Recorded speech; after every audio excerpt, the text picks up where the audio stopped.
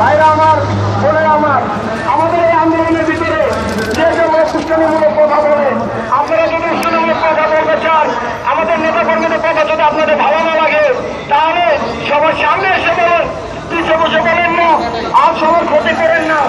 আপনারা এই ক্ষতিটা না করে আপনার সামনে আসুন, আপনাদের পা হাতে অনুরোধ করতেছি।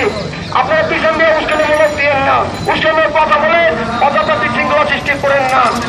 আমার বোনেরা, আপনারাও জানেন কিছু লোক আমাদের উস্কানিমূলক দেশে কথা বলেছে, একটা বিশৃঙ্খলা সৃষ্টি করতে চাইছে। সেই লোকগুলো কিন্তু আমাদের ভিতরে এখন আর নাই। আজকে অনেক লোকই নাই, আর অনেক লোক আছে। তাই আপনাদেরকে বলবো, যারা আছেন তারা ভালো হয়ে যান, উস্কানিমূলক কথা বন্ধ করেন। যদি বন্ধ না করেন, এই ছেলে ভাইরা একটা একটা করে বাসায় কিক মাইরা এই পর্যন্ত থেকে আপনাদের সহায়তা হইবে।